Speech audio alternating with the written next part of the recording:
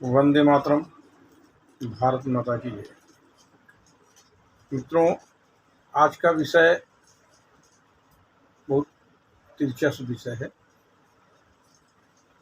पिछले कुछ दिन से जब श्रीलंका आपात स्थिति से गुजरने लगा, वहाँ एक तरह से सत्ता के प्रति विद्रोह और देश में भगदड़ सी स्थिति हो गई, तो हमारे देश में सोशल मीडिया से लेकर और कुछ टीवी चैनलों तक भारत की तुलना श्रीलंका से करने लगे। पहले तो ये लगा कि हो सकता है कुछ फितूर हो या कुछ इनकी शंकाएं हो या कुछ इनकी मंदबुद्धि हो या सोचने में फर्क हो, लेकिन 2 दिन पहले न्यूज़ 24 के एंकर संदीप चौधरी ने एक कार्यक्रम रखा बहस का, और कार्यक्रम में उन्होंने दिखाया, जिसपे बहस हुई, उसमें ये दिखाया, वो बहस का विषय यह था कि भारत श्रीलंका के रास्ते पे चल रहा है,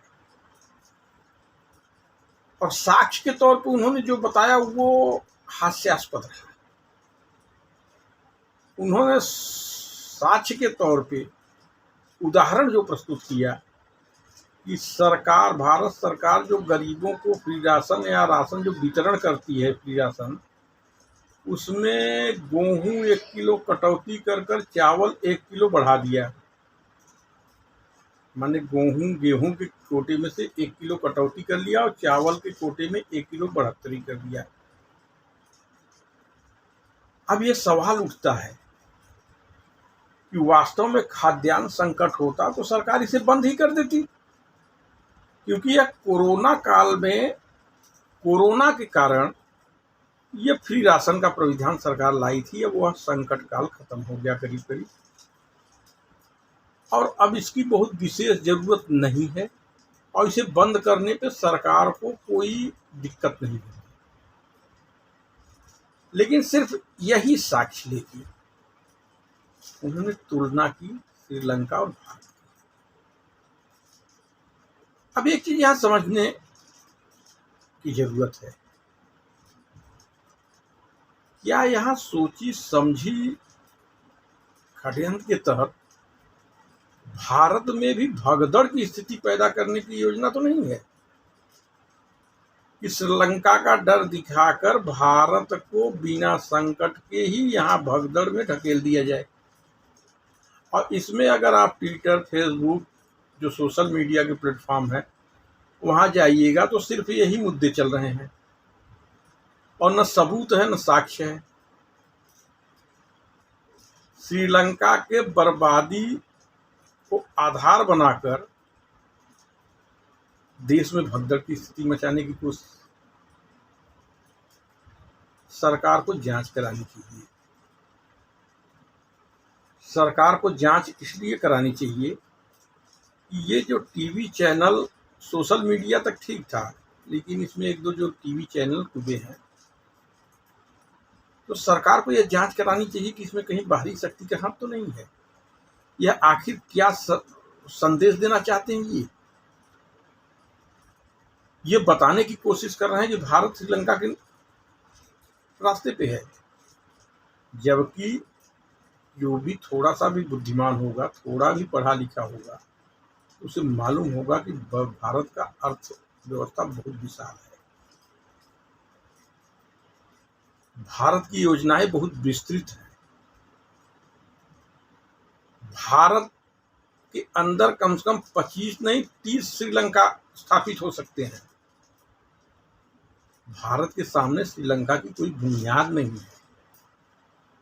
विश्व का सबसे बड़ा बाजार भारत है, और संदीप चौधरी जैसे लोग बिना अध्ययन के, सरकार ने 1 किलो गेहूं कम करके 1 किलो चावल बढ़ा दिया, इनको लगने लगा कि भारत श्रीलंका बन रहा है। बेशर्मी की हद हो जाती है।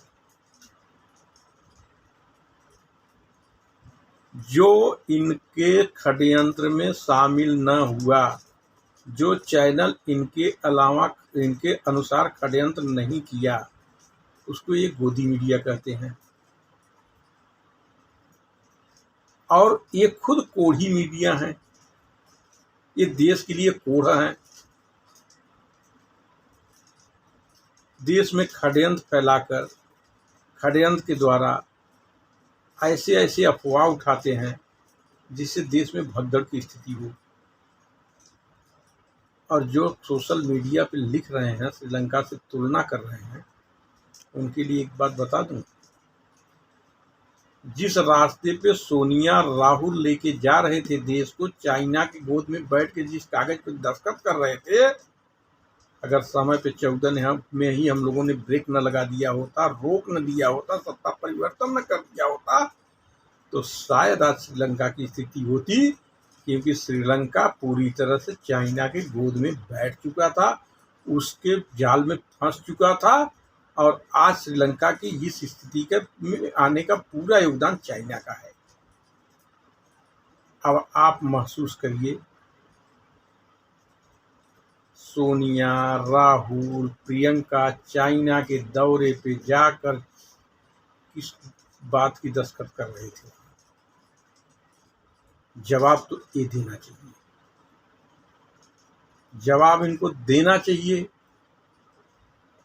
कि चीन के पक्ष में बोलकर ये क्या साबित करना चाहते हैं। और आज चीन के रास्ते का सबसे बड़ा कांटा भारत है। अगर वो भारत को दबाने में कामयाब हो जाता तो विश्व में उसके आगे कोई टिक नहीं पाएगा। अपने अमानवीय कृत्य को वो धड़ल्ले से फैलाएगा और पूरे विश्व के जनमानस के लिए वो खतरा बन के उभरेगा। मित्रों, इस कोढ़ी मीडिया के चैनलों को पहले तो बहिष्कार करें, और सोशल मीडिया पे जो बंधु लिख रहे हैं श्रीलंका, तो मैं उनको बता दूं कि प्रभु श्री राम का मारा हुआ वह तीर रावण के नाभि में नहीं, श्रीलंका के नाभि में लगा था, क्योंकि रावण ही श्रीलंका था उस समय, और उसने उस प्रभु श्री राम के अस्तित्व को नकारने का काम किया था। कांग्रेस ने प्रभु श्री राम के अस्तित्व को नकारने का काम किया, तो आज कांग्रेस भी कब्र में दफन होती भी नजर आ रही है। मेरा यह जवाब है उन कांग्रेसियों को जो भारत को यह बताना चाहते हैं कि यह भी श्रीलंका के रास्ते में है। भारत श्रीलंका के रास्ते में नहीं है। भारत तो ऐसे 30 श्रीलंका को बसा सकता है। कांग्रेसियों, तुम पतन के रास्ते पे हो। वंदे मातरम। भारत माता।